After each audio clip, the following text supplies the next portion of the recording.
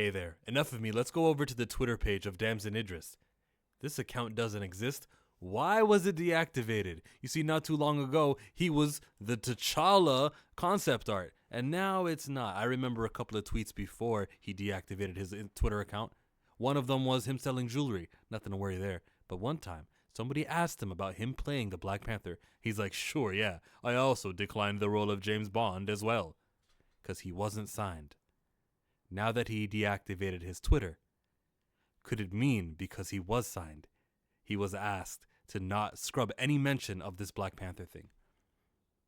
One last thing, this could mean nothing. He could be signed with Marvel. He could be cast. He could be the Black Panther.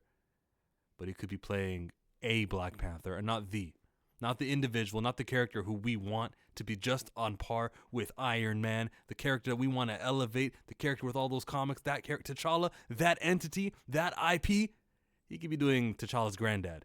He could be playing T'Challa's son. He could be playing some substitute to stand in and block out our chances of having that character who was created in the 60s elevate in popularity amongst casuals, amongst everybody. Is Damson Idris going to stand on business and say, I'm not going to play someone who impedes on the top black character ever in cinema? Or is he going to say, well, any Black Panther, it's about a mantle? I'll leave you with that. And I hope for the best for Damson Idris, from Damson Idris. He's also doing Children of Blood and Bone. And since we're here, why don't I just share that? Stay with me. I just had it open a few moments ago. Shout out to Zach Attack Reviews who hooked me up. There was some new castings for Children of Blood and Bone, which they did begin filming. One of the new castees is actually the director herself, who's down here, or the book writer herself, who's down here. So here are the new faces, not so big stars. I believe some of these are based from Nigeria itself, and that's an interesting cast that we've got for a book being adapted into a magical fantasy movie.